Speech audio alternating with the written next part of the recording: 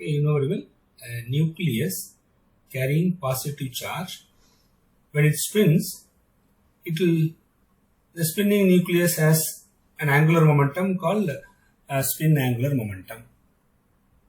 And since the nucleus carry positive charge, it also creates what is called the magnetic moment. Let me draw like this, magnetic moment.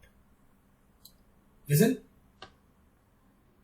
in the presence of magnetic field, the angular momentum orients in a definite direction.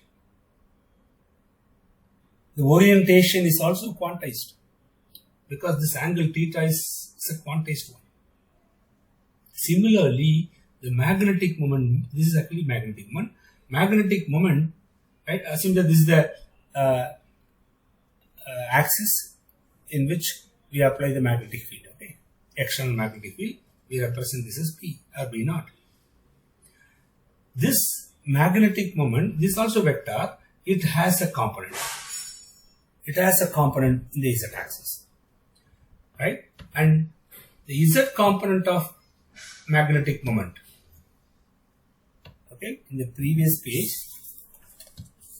I gave total magnetic moment. This is total magnetic moment. Okay, total magnetic moment. Now I am talking about this, about the component, z component of the magnetic moment. Z component of magnetic moment is directly proportional to the z component of the spin angular momentum. Okay, I have given the vector. Now I will give the magnitude. So magnitude of z component of nuclear spin is proportional to magnitude of z component of spin angular momentum. Okay, as the spin angular momentum increase, magnetic moment also increase. That's the point. Okay, and here we are talking about z component. As z component of spin angular momentum increases, z component of magnetic moment also increase. Generally, it depends on the proportionality constant. What is the proportionality constant here? Yes, proportionality constant is same. It is gamma into Pz. Keep this formula in mind. Gamma into Pz. Okay. Now, this is z component of magnetic moment. What is gamma? Let me write here. What is gamma? It is called gyromagnetic ratio, which is nothing but nuclear G factor into E by 2m. This is gamma into the z component of spin angular momentum. Okay, and we know very well Gn E by 2m. I'll keep all these things as such into what is Pz? Pz is nothing but h cross into mi. Okay, the last lecture I gave all this information. Z component of spin angular momentum, okay, is equal to h cross into mi. Now you know very well E into h cross by 2m, this quantity, E into h cross by 2m is nothing but nuclear Bohr magneton.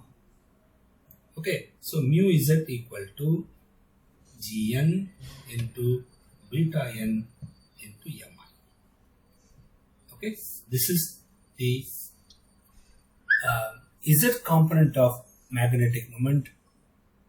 Okay, right, and this is the formula for z component of magnetic moment, Gn beta n into mi. Right, take it. And this is total magnetic moment. Okay, this is total magnetic moment, which is given by the formula Gn beta n into square root of I into I plus 1.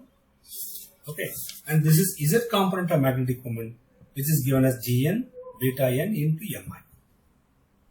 Right? Yes. So I have introduced you the two important terms. One is spin angular momentum, the other one is magnetic moment. Spin angular momentum has component angular momentum, and we consider only z component.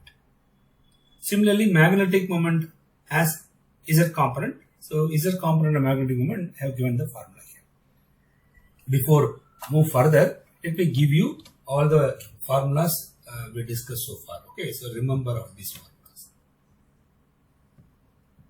Number one, total spin angular momentum. I am giving you the magnitude. Total spin angular momentum is equal to h cross into square root of I into I plus 1. This is the formula. Number 2. Z component of spin angular momentum is equal to h cross into mi. Number 3.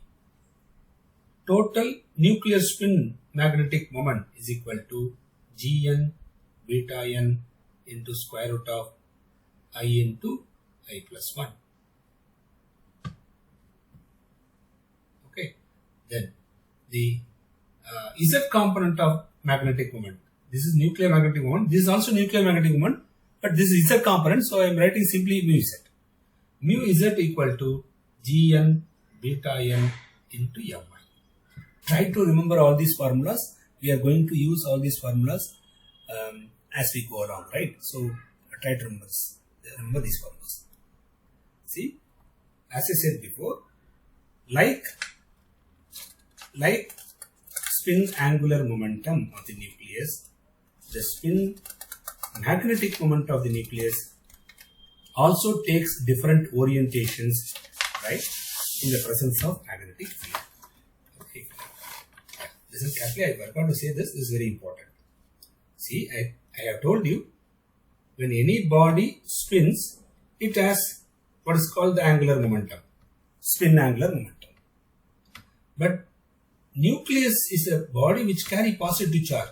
When a positive charge body spins, it not only carry angular momentum, it not only has angular momentum, it also possesses what is called the magnetic moment. Both are vector quantities. Okay, I have given all these informations. When you keep it in a magnetic field, the angular momentum takes definite orientation in space. Okay, the angular momentum takes different orientation in space. How many orientations? 2i plus 1 orientation. Right? Similarly, the magnetic moment also takes different orientations. Right? Magnetic moment also takes different orientation. How many orientation? Yes, like angular momentum, magnetic moment also takes 2i plus 1 orientations. Okay. So, suppose if you take hydrogen nucleus, okay, proton, right? If you take hydrogen atom nucleus, hydrogen atom nucleus of hydrogen atom. Let me write like this. Nucleus of hydrogen atom. For hydrogen atom, I is equal to half. We know I is equal to half means 2i plus 1. How many orientations possible? If you put I is equal to half here, 2 cancel, I will get 2. So for hydrogen atom, for the nucleus of hydrogen atom, 2 orientations are possible. Listen, the angular momentum takes 2 orientation, the magnetic moment also takes 2 orientation. Okay, now I am going to focus on magnetic moment.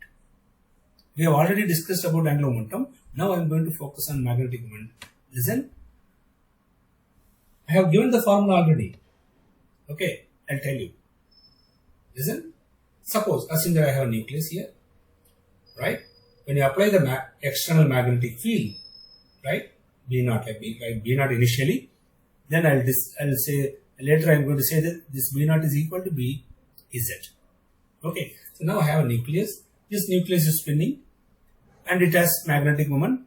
When you keep the nucleus in an external magnetic field, then the nucleus orients, or the magnetic moment of the nucleus orients in a different direction. Okay, suppose assume that this is one possible direction where it aligns with the magnetic field. Then the direction of the field we apply is Z axis. Okay, right now see the magnetic moment is aligned with the magnetic field, right? And it has a component, right? It has a component in the Z axis. This is called mu Z. See, I'm giving you only the magnitudes. So mu Z is the magnitude of Z component of magnetic moment, right? And mu Z takes 2 possible values for I is equal to half nucleus. This is one mu Z here. Mu Z is equal to, I have given the formula Gn beta n into mi. The last page I gave this formula, right? So what are the two possible value of mi, we get two orientation, meaning two mi values. What are the two mi values? Mi plus half and mi minus half. These are the two values possible, right? Okay, and remember mi plus half corresponds to aligned orientation. Okay, orientation along the axis. Mi minus half corresponds to orientation opposed to the applied field. Okay, so here mu z is equal to, I put mi plus half here, so we get half into, plus half into gn into beta n. This is the z component of angular momentum, okay, for the aligned orientation, right? And there is another orientation which is exactly opposing the magnetic field, right? Yes, we give mi minus half for the opposing orientation. So this opposing orientation also has a magnitude, right? A z component. A z component will be written like this. Z component equal, put mi equal to minus half here. So I'll get minus half into gn into beta n. Okay. So like angular momentum, okay, the magnetic moment also has definite orientation in space. Okay, it actually, if for I is equal to half nucleus, there are two orientations possible. If you go to I equal to 1, or I equal to 1, we get three possible orientations. So number of orientations that the magnetic moment of a nucleus takes in space is actually depends on the I value. Okay, so keep this point in mind, very, very important. Now, what I am going to do, this magnetic moment, see, we have Z component of magnetic moment. This magnetic moment interacts with the magnetic field. Okay, the applied magnetic field interacts with the magnetic moment, and this interaction will give energy called interaction energy. Okay, so let me write that in the next page. Take note. Listen, in the absence of magnetic field, see, this is very, very important. In the presence of magnetic field, we have two orientations. Actually, each orientation has a definite wave function. It corresponds to a definite spin state. Okay, let me write here. This is very important. Keep this in mind. Each orientation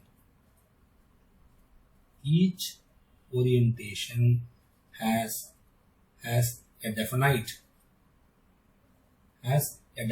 value of mi. Okay, the first point. And second point, for each mi value, there is a definite wave function available.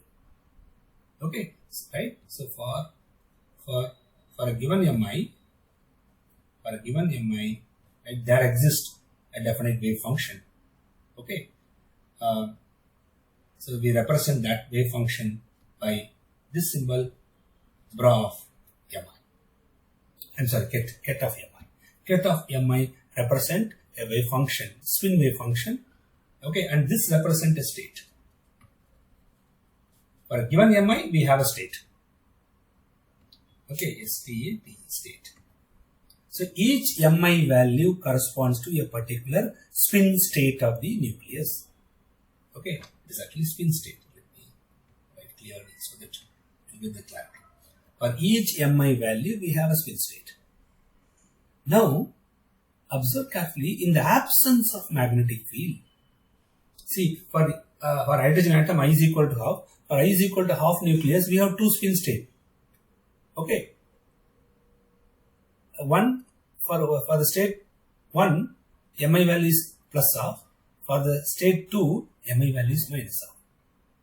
One is aligned with the magnetic field, the other one is opposing the magnetic field. Okay. This is in the presence of external magnetic field. Suppose if the magnetic field is turned off, if you don't apply magnetic field, then what will happen? Listen carefully. In the absence of magnetic field, both these spin states have same energy. Let me write here. Listen. Suppose if we plot this energy This is energy axis, right? Now, I'm going to plot what is called the magnetic field strength Bz. Okay, now here it is 0. 0 means no magnetic field.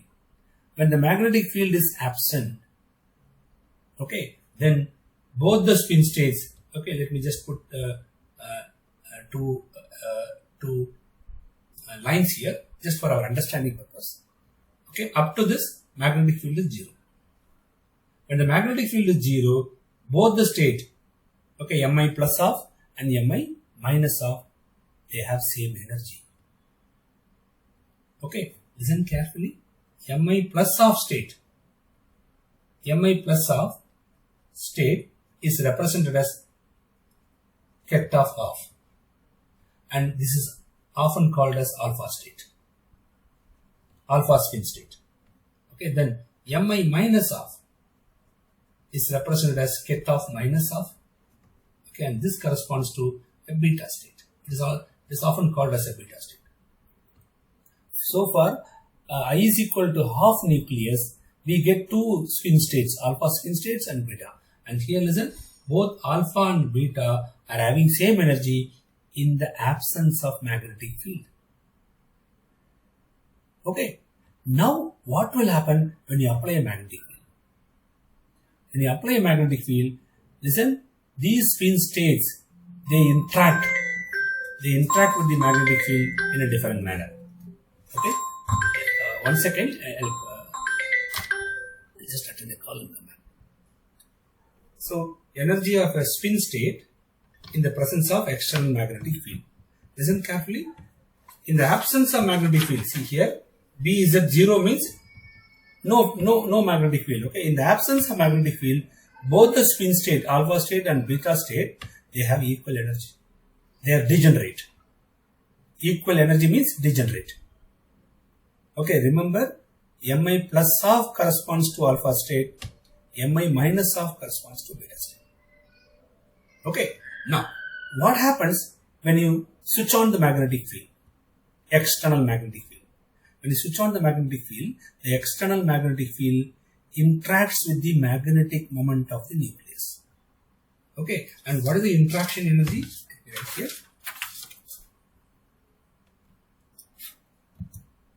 Listen, the interaction energy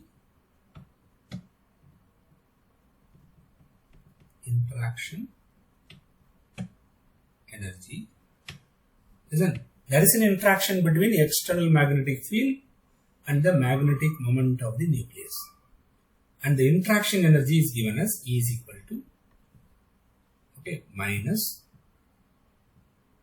the magnetic moment of the nucleus. I am going to take the Z component because we are applying the magnetic field in the Z axis. Okay, and we are assuming the magnetic field direction as Z axis. Okay, so Z component of the magnetic moment, right? And it is a vector, you know very well. Dot product of the magnetic field that we apply, right, along that axis. Remember, magnetic field is also a vector, but since we are applying magnetic field only in the Z axis, X component of the magnetic field, Y component of the magnetic field are 0, because we are applying the magnetic field in the Z axis.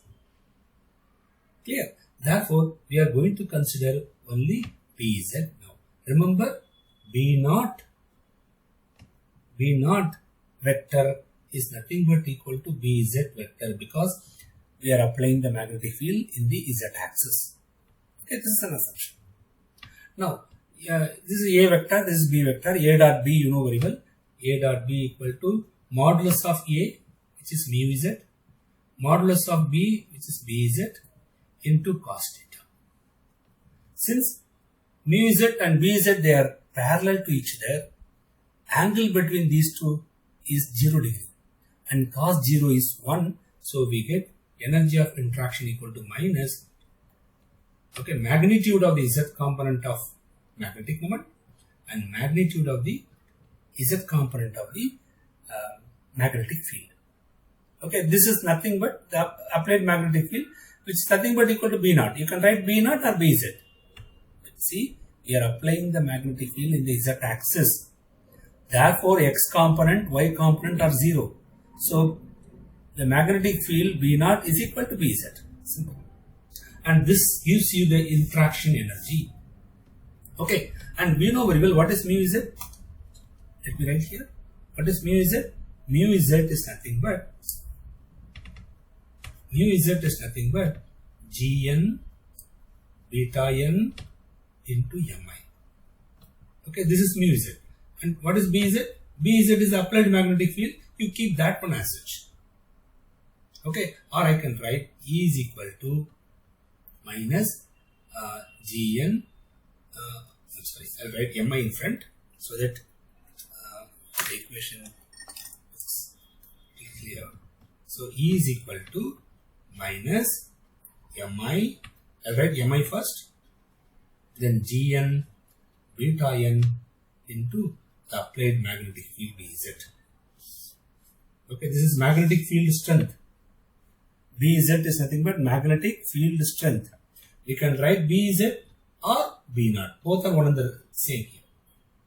Okay, and listen carefully. For a given nucleus, Gn is a constant. For a given applied field, okay, for a particular applied field, Bz also constant, beta nuclear Bohr magneton is a constant. All these quantities are constants. So, the only variable is Mi. Okay, in the presence of magnetic field, Mi takes definite values. For I is equal to half nucleus, possible Mi values are plus half and minus half. For I is equal to 1 nucleus, possible Mi values are plus 1, 0, minus 1. So, this energy depends on the value of Mi, so I will put EMI. This is energy of the spin state having the value Mi. Okay, take note. Yes, this gives you the energy of a spin state. Energy of a nuclear spin state. Nuclear spin state. Okay. So, for I is equal to half nucleus, observe carefully. There are two Mi values possible. What are the Mi values? Plus half and minus half. Okay, plus half corresponds to one spin state, minus half corresponds to another spin. This is called alpha state and this is beta state. Right? In the absence of magnetic field, they have same energy, but in the presence of magnetic field, right, they have different energy. How? See, energy of the spin state. I have given the formula. Energy of the spin state having value Mi is equal to minus the value of Mi into Gn beta n into Bz. Bz is the applied magnetic field. So this is the formula. Now, I will put Mi equal to plus half and minus half here. If I put Mi equal to plus half, I will get the alpha state. So, what is the energy of the alpha state? Energy of the alpha state is equal to, see, in the place of Mi, if I put plus half, okay, plus half means alpha state. So, I will get energy of the alpha state. So, what is the energy of the alpha state? Energy of the alpha state is equal to, put plus half here, plus into minus is minus. So, minus into 1 by 2 Gn beta n into the applied magnetic field strength Bz. This is the energy of the alpha state. What about the energy of the beta state? What is the other value of Mi? The other value of Mi is minus half. Mi minus half corresponds to beta state. Right? So, if I put Mi minus half in this formula, I will get energy of the beta state. So, energy of the beta state is, put Mi minus half here, minus of minus become plus half into Gn beta n into Bz. This is energy of the beta spin state. Listen, Gn is usually positive.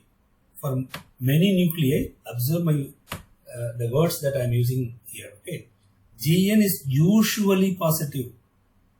For some case it can be negative also. Usually it is positive.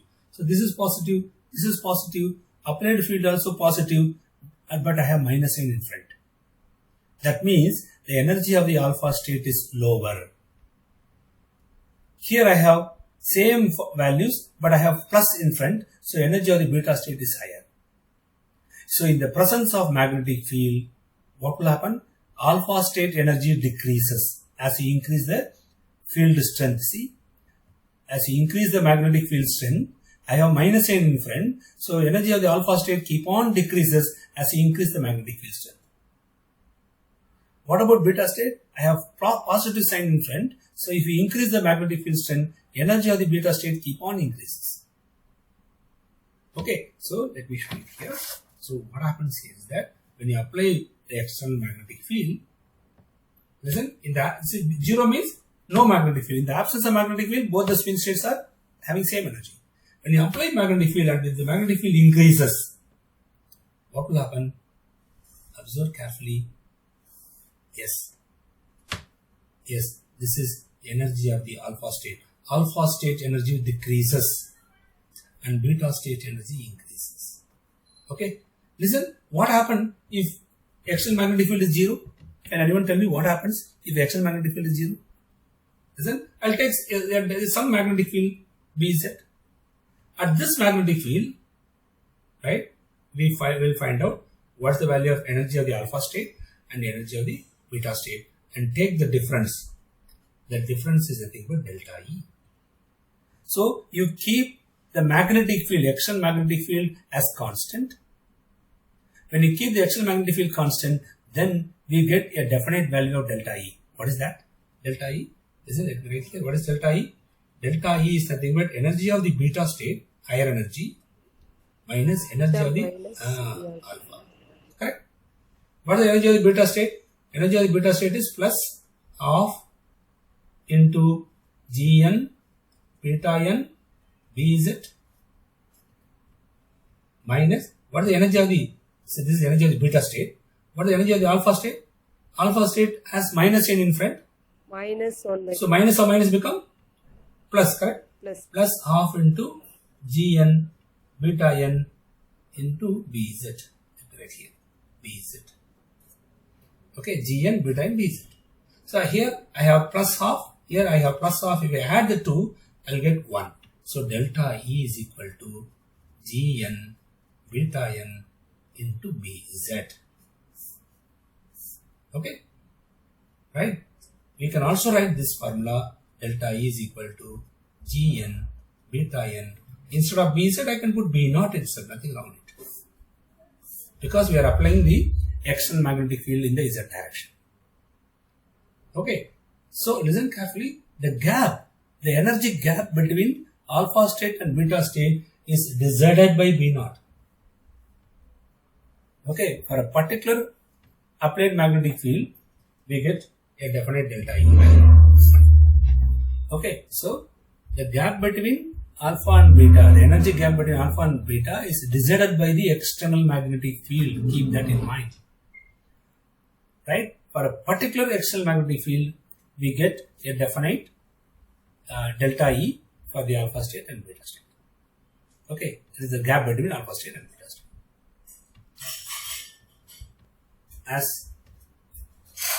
As the external magnetic field strength Bz, or you can put B0, nothing wrong with it. As Bz or B0 increases, then delta E, right, also increases in general.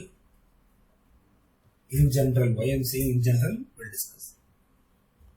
So the energy gap between alpha state and beta state delta E is given by the formula Gn into beta n into B0, where B0 is the external magnetic field strength, Gn is the nuclear G factor, and beta n is the nuclear Bohr magneton. Okay.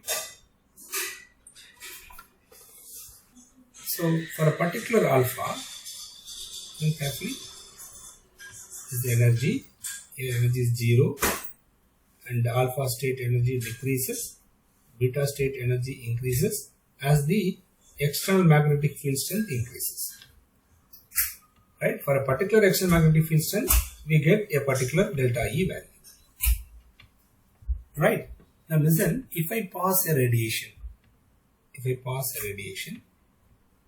okay, whose photon energy matches with the delta E, then the spins present in the alpha state or nuclei present in the alpha state absorb the energy and goes to the beta state, meaning spin flipping takes place. Okay, alpha spin state, right? The nuclei present in the alpha spin state absorb the photon and goes to the higher energy. Okay, so what is the delta E should be equal to the energy of the photon. Okay, so energy of the photon is h nu. This h nu should be equal to the gap between the two states, alpha state and beta state. Right? And what is nu here? Nu is equal to delta E is Gn into beta n into the applied magnetic field B naught by H. Okay? So this formula will give you what frequency of electromagnetic radiation that we pass to make this transition possible. Okay? Take. For a proton,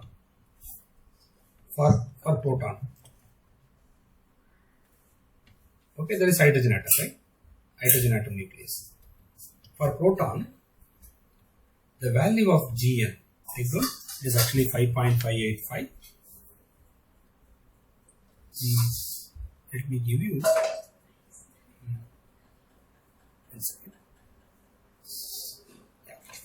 Let me give you the Gn values and nuclear Bohr magneton values for some nuclei. Okay. For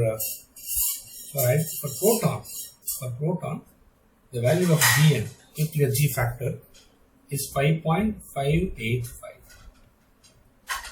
Okay, and for deuterium or deuterium nucleus, the value is 0.857.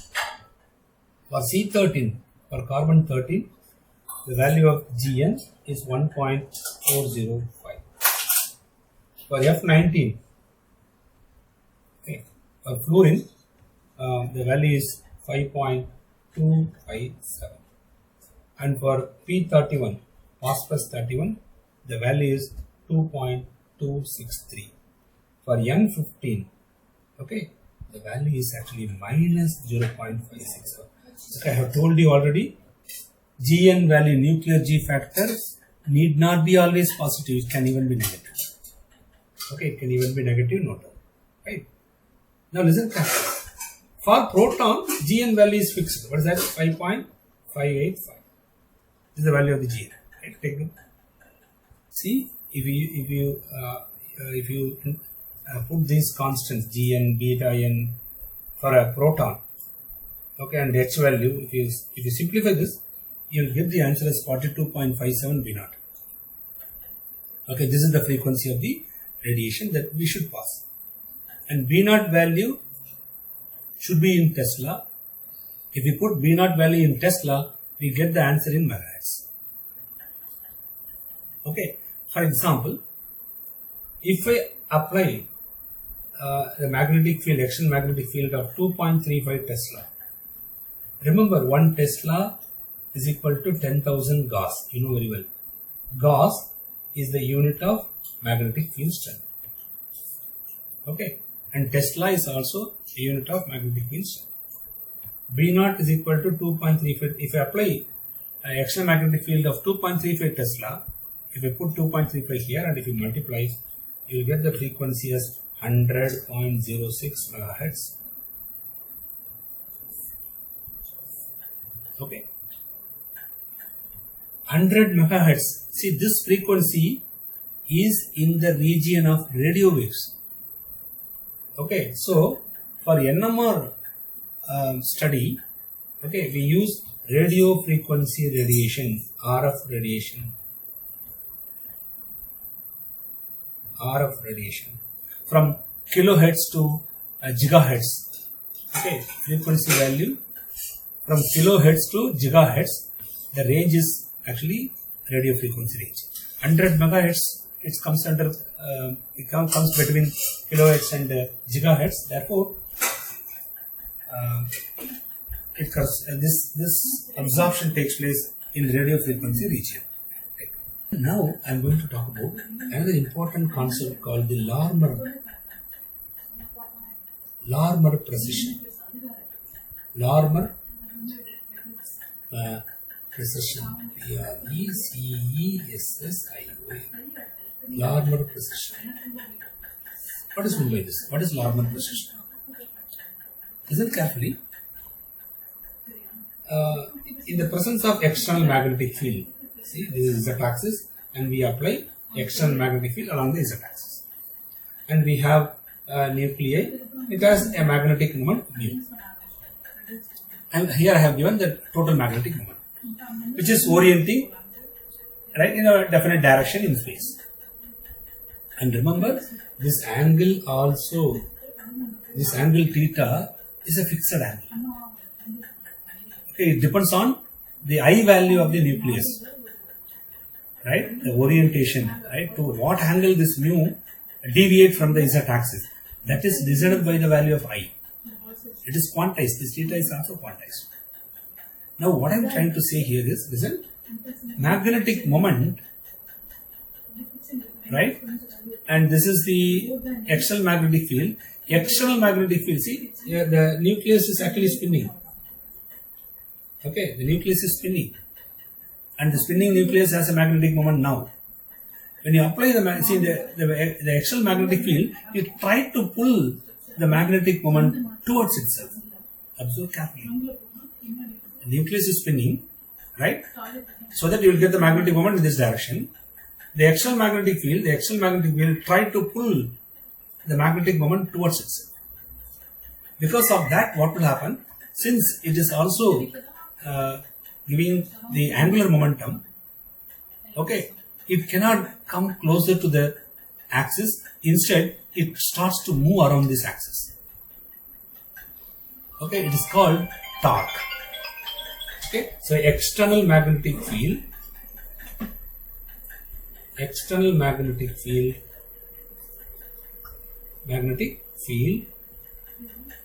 okay, interacts with the mu, magnetic moment, and so that a torque is produced. Okay, because of that, what will be a torque? A torque happens in the nucleus. What this torque will do? The torque, because of that torque induced, the magnetic moment starts to move around this axis. Okay, so this magnetic moment, it starts to rotate.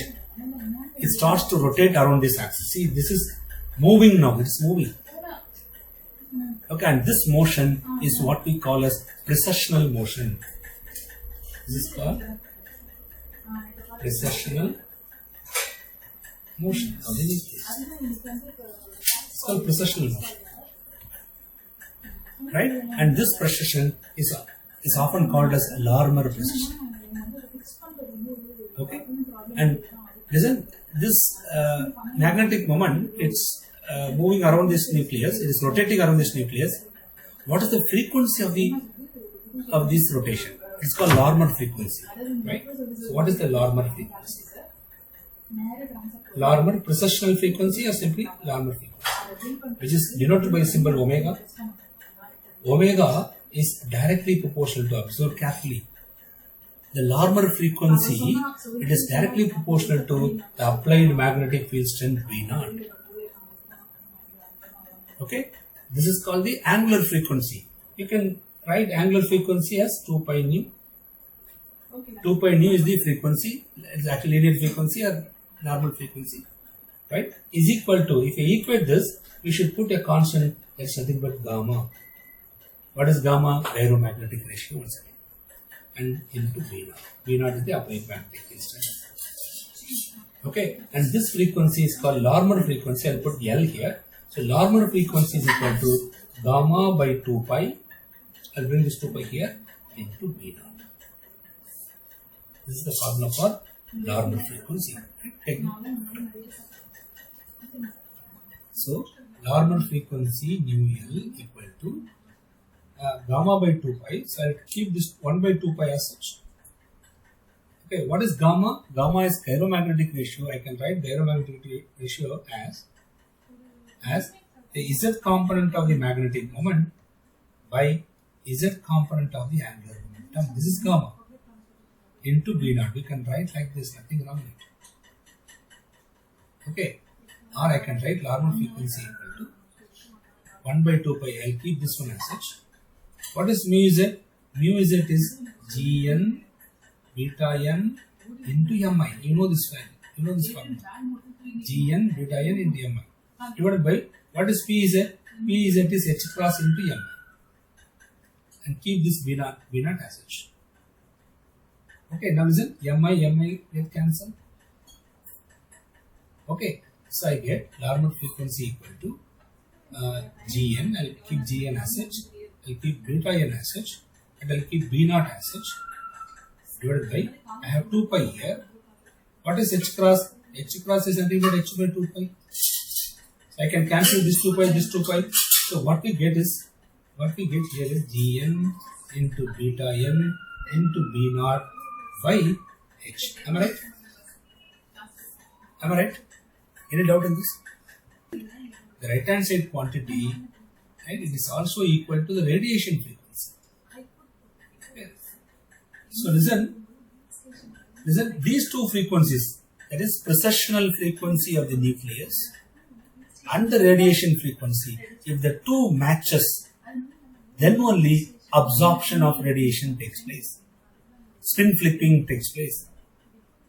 Nuclei move from alpha state to beta state. All these happens only if the two frequencies matches. And you know very well, matching of two frequency is what we call as resonance. So this is the resonance condition. This is called the resonance condition. This is the reason why, okay, we use resonance in the NMR.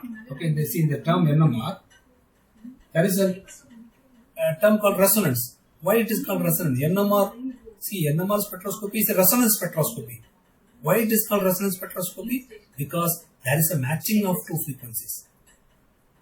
For the absorption to take place, the two frequencies should match. Larmor frequency and the frequency of the radiation. Okay, take. Suppose if you take, say, for example, 10 bare protons. It is an assumption. I am taking 10 bare protons means only nucleus, no electron, nothing. Right? In the absence of magnetic field, these 10 protons, okay, they have spin, they have magnetic moment. The magnetic moment orient in different directions. In the absence of magnetic field, they orient in different directions. Okay. 1, 2, 3, 4, 5, 6, 7, 8, 9. I'll put one more. Okay, see, that's a random orientation. Random orientation when the external magnetic field is 0, meaning in the absence of external magnetic field. Okay, the magnetic moment of the nucleus oriented different direction. When you keep this sample, I have 10 protons. If you keep this 10 protons in a magnetic field, what will happen? See, the presence of external magnetic field. Now I'll keep in an external magnetic field. This is south pole, this is north pole, and this is the direction of the magnetic field. So this is the direction of the magnetic field. Okay, what will happen if I keep this nuclei? Listen, I have 10, see, just for understanding purpose, I took 10 here. Okay, when you take a chemical compound, there may be Avogadro number or 2 times Avogadro number of nuclear spins may be available. Okay, just to understand the concept, I have taken only 10 protons now. If I keep it in the magnetic field, what will happen? Some protons align with the field and some protons oppose with the field. Because for proton, I is equal to half. I is equal to half means number of orientation, 2i plus 1 is equal to only 2 orientations are possible. One is aligned with the field, the other one is opposing the field, that's all. Okay, so let me just draw here, listen. Some protons align with the field. See, I have taken 5 here. 5 align with the field, 5 opposing the field. That never happens. Always the lower energy has little higher population compared to the higher energy. So here I'll put 6 spins and here I put 4 spins. What does this indicate?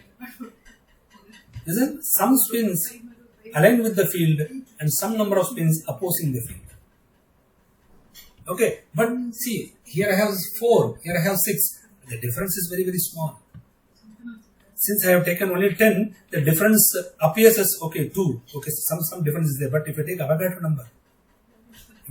number, and if the difference is just 2, okay, then we can say that the difference is almost 0. We can say that the population in the alpha state and population in the beta states are almost equal. Okay, so keep this in mind. Now listen carefully. Now I am going to discuss that.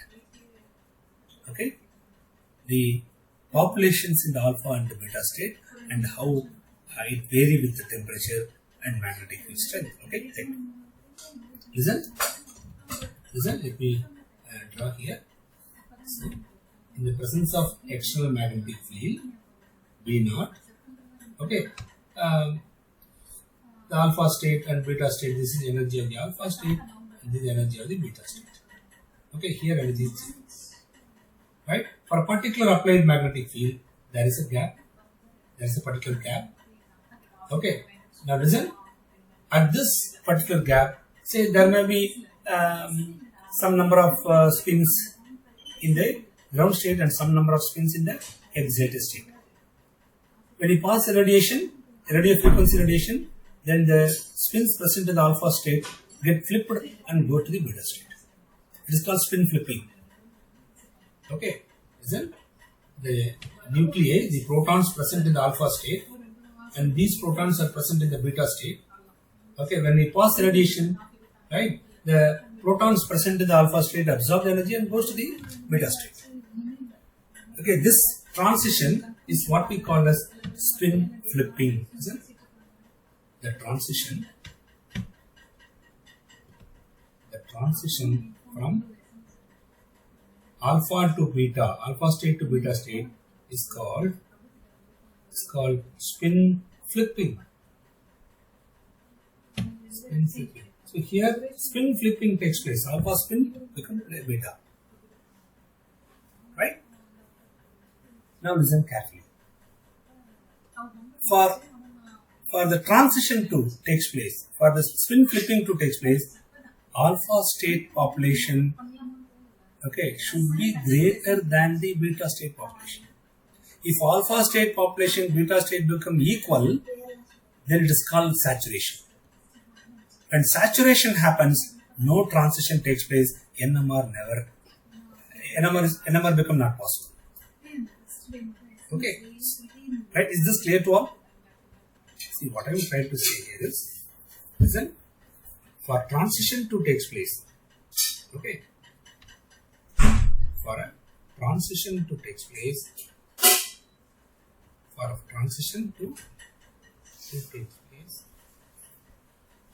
okay, number of spins in the alpha state should be greater than the number of spins in the beta state. Number of protons in the alpha state or number of nuclei in the alpha state should be greater than number of nuclei in the beta state. Then only transition takes place. Right? If number of nuclei in the alpha state and number of nuclei in the beta state are equal, we call this condition a saturation condition. It's called saturation condition. When saturation condition exists, okay, no NMR is possible. No NMR. Okay, no absorption takes place, no signal. Are you able to follow? But listen carefully. Listen carefully. At room temperature, see, at room temperature, the number of population in the alpha state and number of population in the beta state, okay, isn't they are almost equal. Actually speaking, alpha state has little higher population, right? Little higher population compared to beta state, but the difference is very small. Okay, number of population in the alpha state and number of this difference is extremely small. Extremely small. Since it is extremely small, it is difficult to observe NMR signals because the population in the alpha state is very small. Okay, no doubt, compared to beta state, alpha state population is high, but the difference is so small, so it is very difficult to observe NMR. Now we are going to discuss that how to improve the population in the alpha state. Okay, what are the factors affecting the population in the alpha state and beta state? We'll discuss that now. Okay, yeah. Now listen carefully, this is very important. See, we have alpha state. I'll just draw energy diagram like this, so just for understanding. We have alpha state and beta state. Okay, now listen, at a particular temperature T, let there be n alpha spins are available in the alpha state and n beta spins are available in the beta state. So if I sum up these two, n alpha plus n beta, I'll get total number of spins, a total number of nuclei available. Okay, see, at a particular temperature, n alpha number of nuclei are present in the alpha state, n beta number of nuclei are present in the beta state. Okay, now listen carefully. I am going to apply what is called Maxwell-Boltzmann distribution here. Don't worry about the spin. I am just applying the Maxwell-Boltzmann distribution. Yes, it is valid here. Okay, so number of population in the alpha state by total population can be written as, see, these states are non-degenerate. Okay, degeneracy is 1 here, degeneracy is 1 here. So n alpha by n can be written as e power minus energy of the alpha state by k by t divided by some partition function q. Similarly, number of particles or number of spins in the number of nuclei in the beta state by total is equal to energy of the beta state by k by t by q. Right? If I divide these two, okay, n get cancelled, q get cancelled, so we can write, isn't it? I'll take this as equation number 1 and this is equation number 2. Okay, so what I'm going to do, I'm going to divide equation 2 by equation 1. Okay, yeah, let me do this in the next page. I'm going to divide equation 2 by equation 1. Right, if I divide equation 2 by equation 1, yes, take a look. Yes, see, the population difference we can obtain by making use of this formula. Okay, if we increase the external magnetic field, then the population difference will increase, meaning alpha state population will increase. This is what we want. If alpha state population is high, you will get intense signal in the NMR structure. Similarly, to increase the alpha state population, okay, we can reduce, by decrease the temperature we can increase. Okay, so increase the magnetic field strength or decrease the temperature or do both, so that you can increase the population in the alpha state. Right, this is the idea. Yes.